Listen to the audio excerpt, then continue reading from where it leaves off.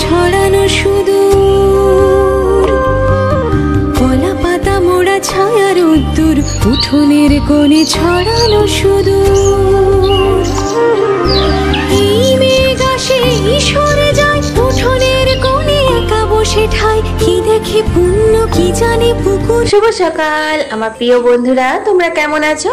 আশা করি যে যেখান থেকে আমার ভিডিও দেখছো অনেক ভালো আছো, সুস্থ আছো। আসানসোল থেকে আমি অর্পিতা, তোমাদেরকে সাথে নিয়ে আবারও একটি নতুন দিনের শুরু করে দিয়েছি। বন্ধুরা, আজকে যদি তোমরা আমার ভিডিও প্রথম দেখছো তাহলে তোমাদেরকে চ্যানেলটা সাবস্ক্রাইব করার অনুরোধ করছি। আর যারা আগের থেকে আমার চ্যানেলটি সাবস্ক্রাইব করে বন্ধু হয়ে পাশে আছো তাদেরকে অর্পিতার তরফ থেকে অনেক ভালোবাসা। তো সকালবেলা উঠে ছেলের টিফিন বানাতে লেগে গেছি। আজকে করেছি গরম গরম গাওয়া ঘিয়ের পরোটা, সাথে হচ্ছে আলু ভাজা। আলু পেঁয়াজ ভাজা করতে বলেছিল, কিন্তু তারপর মনে পড়লো আজ তো বৃহস্পতিবার, আর বৃহস্পতিবার দিনকে নিরামিষ হয়, সেই জন্য আর আলু পেঁয়াজটা দিলাম না, শুধু আলু ভাজা পরোটা করে দিলাম। তারপর দেখো এখানে রেডি হয়ে গেছে ছেলে। আজকে ওদের স্কুলের হাউস ড্রেস থাকে, তাই এই ড্রেসটা পরেছে। পুতুল মেয়েটি সামনে মুকুর, কি জানে আধার কি জানে আলো, দুটি পুতুলের সংসার কালো।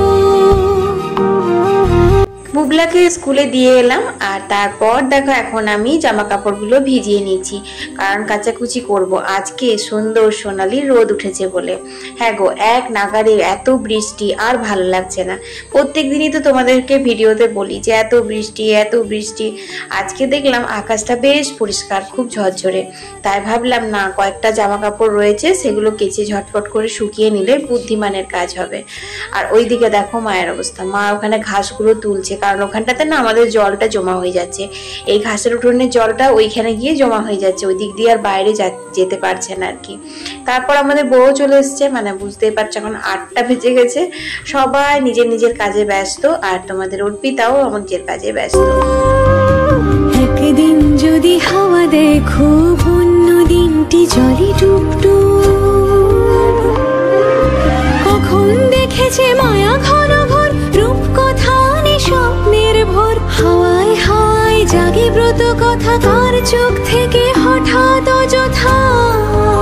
জামা কাপড়গুলো ভিজিয়ে চটপট করে চলে এলাম ঘর দুয়ারগুলো ঝাড় দিতে। ঘরগুলো সব ঝাড় দিয়ে তারপর ঘরগুলো মুছে আমি জামা কাপড়গুলো কেচে নিয়ে চলে এলাম। এখন অনেকটাই বেলা হয়েছে, ঝরঝরে রোদ দিয়েছে, আর এখন আমি মেলে নিচ্ছি। আর এই ঘাসের উঠোনটাতে কি কাদা হয়েছে গো, আর তেমনি স্লিপ হচ্ছে জানো তো। তো খুব সাবধানের সঙ্গে পা দিয়ে দিয়ে জামা কাপড়গুলো মেলছি, আর পাগুলো না খুব কিচকিচ করছে। এই কাদাটাতে জানো তো, পা দিয়ে যদি এরকম মানে রয়ে যায়, মানে কাদা তো ঠিক নয়, কাদা পায়ে লাগবে না, জল, এক ধরনের জল ফুটে ওঠে। তো সেই জল পায়ে যদি থেকে যায় না, তো সঙ্গে সঙ্গে নকুনি হয়ে যাবে, হাজা হয়ে যাবে। তার জন্য না সঙ্গে সঙ্গে পাগুলো ভালো করে ধুয়ে নিতে হয়। তারপরে তোমার এই বছর এতটা মানে বৃষ্টি হয়েছে, এমনিতেই বৃষ্টি না হলেই এই উঠোনটা এইরকমই, মানে শ্রাবণ ভাদ্র মাসে জল, শ্রাবণ মাসে অন্য বার ওঠে না, ভাদ্র মাসে ওঠে, এরকম জল ফুটে ফুটে ওঠে, ফ্যান ফ্যান ফ্যান ফ্যান হয়ে পড়ে।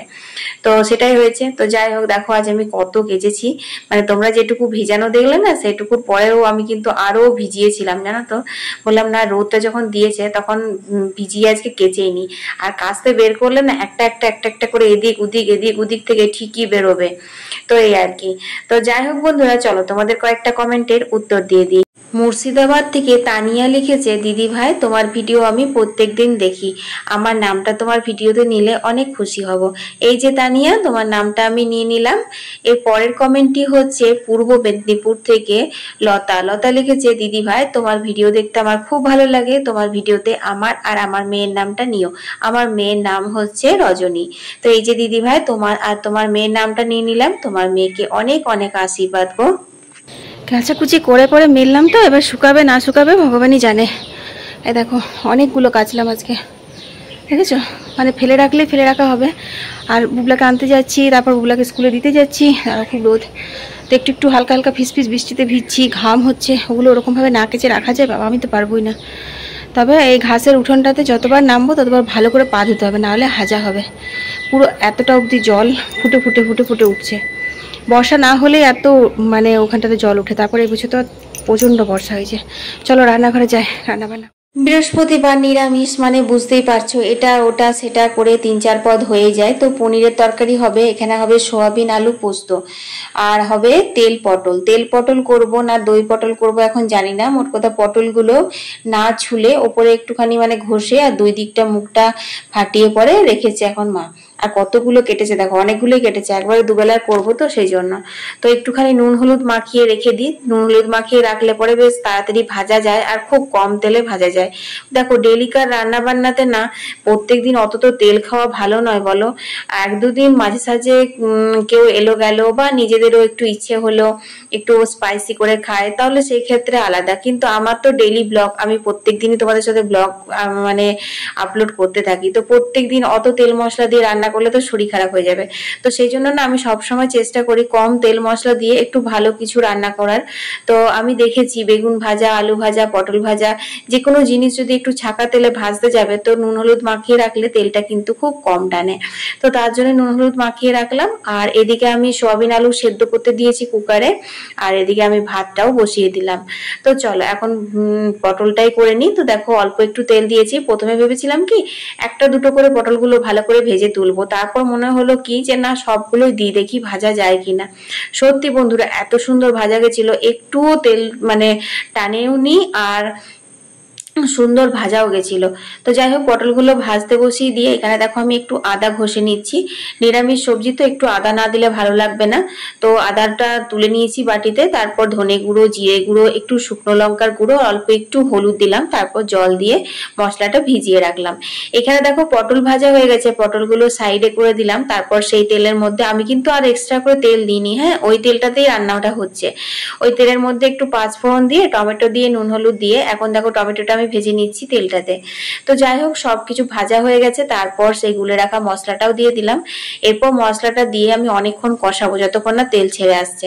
ততক্ষণ আর একটা প্রিপারেশন নিয়ে নিই, টক দই দিলাম। তারপর ভালো করে দেখো হ্যান্ড ব্লেন্ডার দিয়ে এটাকে ফেটিয়ে নিচ্ছি, খুব ভালো করে একদম ক্রিমের মতো করে ফেটাতে হবে, তাহলেই কিন্তু রান্নাটা খেতে ভালো হবে। আর মানে এটা ফেটে ছানা হয়ে যাবে না দইটা। তো দেখো দই ফেটাতে ফেটাতে আমার এখানে কিন্তু সুন্দর এটা কষানো হয়ে গেছে, বুঝতেই পারছো তেল ছেড়ে এসেছে। তো এটা আরো স্বাদ আর গন্ধ বাড়ানোর জন্য আমি একটুখানি গুড় দিয়ে দিলাম, আখের গুড়। যে কোনো নিরামিষ মশলার তরকারিতে একটু আখের গুড় দেবে কষানোর সময়, দেখবে কালারটাও ভালো আসবে, গন্ধটাও ভালো আসবে, টেস্টটাও ভালো আসবে। তারপর আমি ফেটিয়ে রাখা টক দইটাও দিয়ে দিয়েছি। টক দই দিয়ে বেশিক্ষণ তো আর কষাবো না, জল দিয়ে দিলাম। তো এটা হচ্ছে বাটি ধোয়া জল, বাঙালি যতক্ষণ না বাটি ধুয়ে খাবে ততক্ষণ কিন্তু বাঙালির মন ভরে না, তাই না? তো যাই হোক টক দইয়ের বাটি ধোয়া জল দিয়ে একটু গরম মশলা, অল্প একটু ঘি দিলাম। আর এবার 1 ফুট ফুটিয়ে নিলে রেডি হয়ে যাবে। এবার তোমরা বলো এটা দই পটল হলো না তেল পটল হলো বলো তো? আমি তো নিজেও বুঝতে পারছি না আমি এটা কি পটল করলাম। তবে আমি যাই পটলই করি খেতে কিন্তু মার্ভেলাস হয়েছিল, বুঝলে, দারুণ হয়েছিল খেতে। তো দেখো এখন তুলে নিলাম লাল লাল ঝাল ঝাল নিরামিষ পটল। তো এই পটলের তরকারি আর শুকনো ভাত, আহা কি যে ভালো লাগে বন্ধুরা।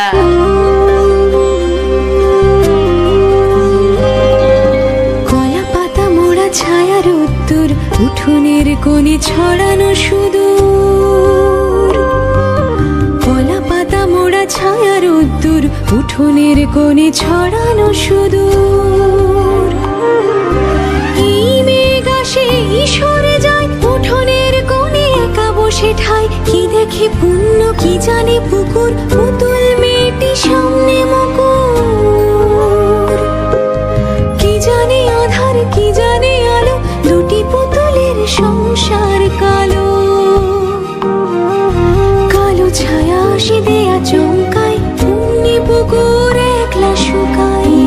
ওদিকে কলের জল নিয়ে নিলাম, এদিকে পনিরটাও চাপিয়ে দিয়েছি। পনিরগুলো হালকা করে ভেজে নিয়েছিলাম, তারপর তেলের উপরে তেজপাতা আর গোটা গরম মশলা ফোড়ন দিয়ে টমেটোগুলো ভেজে আলুগুলো ভেজে নিয়েছিলাম। এর মধ্যেও কিন্তু ধনে গুঁড়ো, জিরে গুঁড়ো, আদা বাটা আর শুকনো লঙ্কার গুঁড়ো মশলা দিয়েছিলাম। তারপর পনিরটা যে থালাতে ভেজে তুলে রেখেছিলাম তাতে না অনেক ঘি ঘি হয়েছিল, তো সেটাতেই আমি একটু জল ফুলিয়ে জলটা দিয়ে দিলাম। তো নিরামিষ করে এরকম পনিরের ঝোল ঝোল তরকারিটা বেশ ভালোই লাগে। আর দেখো বন্ধুরা কত সুন্দর রোদ দিয়েছে আর আকাশটা আজকে কি সুন্দর লাগছে না গো। আমার তো আকাশটার দিকেই মনে হচ্ছে তাকিয়ে থাকি, কিন্তু সেটা করলে তো আর চলবে না। তার জন্য এখন চলে এলাম আবারও রান্নাঘরে। ওদিকে আমি সোয়াবিন আলু পোস্তটা চাপিয়ে দিয়েছি, তেল পাঁচফোড়ন দিয়ে সেদ্ধ করা সোয়াবিন আর আলুটা এখন দেখো ভাজা ভাজা করে নিচ্ছি।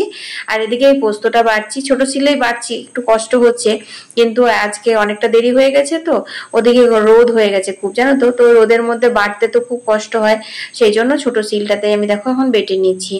আর এখানে দেখো পোস্তটাও দিয়ে দিলাম, কারণ যেহেতু সয়াবিন আলু সেদ্ধ হওয়া ছিল সেজন্য বেশিক্ষণ লাগেনি, অল্প একটু হলুদ দিয়েছি, বুঝলে তো। তারপর দেখো এখন আমি নাড়াচাড়া করে নামিয়ে নিচ্ছি ঝাল ঝাল সয়াবিন আলু পোস্ত, খেতে খুব ভালো লাগে। তো রান্না বান্না মোটামুটি কমপ্লিট, এখানে পনিরটাও নামিয়ে নিয়েছি। আর এখানে হয়েছে তোমার ডালটা হচ্ছে মটর ডাল, গোটা জিরে শুকনো লঙ্কা ফোড়ন দিয়ে করেছি। চলো রান্না হয়ে গেছে, এখন বাজে হচ্ছে 11:30, সব রান্নাই হয়ে গেছে। ডালটা হবে, ডালটা খালি ফোড়ন দেওয়া বাকি আছে, ওটা পরে দিলেও হবে। এখন স্নান টান করে ফ্রেশ হয়ে নি, গরম লাগছে প্রচন্ড। মায়া ঘন ঘর রূপ কথা স্বপ্নের ভোর, হাওয়ায় হাওয়ায় জাগে ব্রত কথা, কার চোখ থেকে হঠাৎ অযথা। স্নান করে একবারে রেডি হয়ে নিলাম, কারণ হাতে আর সময় নেই, বুবলাকে আনতে যাওয়ার সময় হয়ে গেছে। আর দেখছি জামা কাপড়গুলো যেগুলো সকালে আমি মেলেছিলাম সেগুলো সুন্দরভাবে সব শুকিয়ে গেছে, কিছুগুলো শুকায়নি, মানে আধ শুকনো হয়েছে, কলার টলার দিকগুলো ভিজে আছে, সেগুলো ভাবছি ঘরে মেলে দেবো, কারণ হয়ে গেছে বুঝলে, রোদ হয়ে গেছে। এবার দেখতেই পাচ্ছ আকাশে ঘন কালো করে মেঘ নেমেছে, কখন যে ঝমঝম করে বৃষ্টি চলে আসবে। আর আমাদের এই উঠোনটা যা স্লিপ হয়ে আছে তোমাদের তো বললামই, মা আবার হড়বড় করে কাপড় তুলতে গিয়ে না পড়ে বসে, তখন আবার আরেক, তো সেই জন্য আমিই তুলে নিলাম।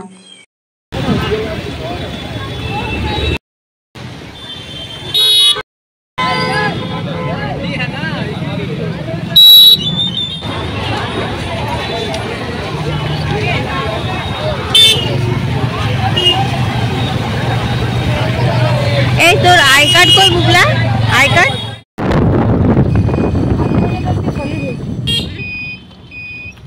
ওই দেখুটা দেখলি ঘুরে ঘুরে বেড়া তুমি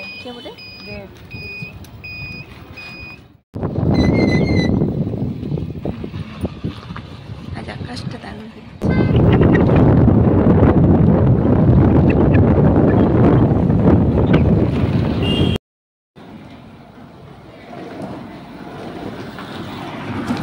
বাস আসুক, এখন চালাবে, এখন একটু তারপরে ঢুকাবে। বাবা কি রোদ দিয়েছে, বেকার জামাগুলো তুললাম, শুকিয়ে যেত তখন, ভাবলাম বৃষ্টি হবে, তখন জলটা এবারে সবুজ হয়ে গেছে।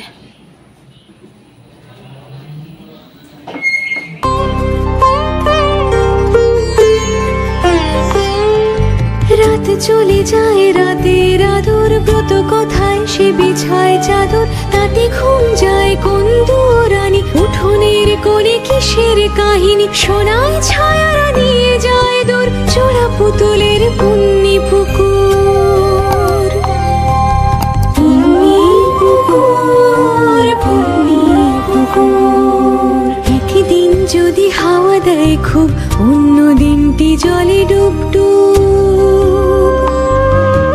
একদিন যদি হাওয়া দেয় খুব, অন্য দিনটি জলে ডুবডুব। কখন দেখেছে মায়া ঘন ঘর রূপ কথা স্বপ্নের ভোর, হাওয়ায়। তো বন্ধুরা সন্ধে দেওয়া তোমাদের সাথে শেয়ার করলাম, আর তারপর আমি এখন এলাম, এখন বাজে রাত্রি 9:45 মতো। তো চলো কয়েকটাই মাত্র রুটি হবে, মায়ের আর আমার মতো 4-5টা মতন, তো রুটিটা করে নিই, তারপর একবারে সব মিলে খাওয়া দাওয়া করে নেবো। সন্ধ্যেবেলায় চা জল খাবার তোমাদের সঙ্গে শেয়ার করিনি, কারণ প্রচুর ভিডিও রয়েছে যেগুলো আমি এডিট করা অভাবে মানে পোস্ট করা হচ্ছে না। জানোই তো যে একটা করে মিনি ব্লগ বানাই, যেটা ইউটিউবে, ইনস্টাগ্রামে, ফেসবুকে, পেজে টেজে সবগুলোতে দিই, তো সেইগুলো একদম হচ্ছে না, জানো তো, একদম ছিল না। তো ভাবলাম না, আর রেকর্ডিং না, আজকে শুধুমাত্র এডিটিং করব, তারপর কিছু দেখা যাবে। তো এই আর কি, চলো আজকের মতো এখানেই শেষ করে দিচ্ছি। আজকের ব্লগটা খুব ছোট হয়ে গেল না, কারণ কিভাবে কি রেকর্ডিং করলাম বুঝতে পারলাম না, সারাদিনে কাজের মাধ্যমে মানে এত কাজের এত প্রেসার হয়ে যাচ্ছে না, কি বলবো। এই তো চলো আজকের মতো এখানেই শেষ করে দিচ্ছি, কাল আবার একটা নতুন ভিডিও নিয়ে হাজির হয়ে যাবো। আমি অর্পিতা, তোমাদের অর্পিতা, টাটা।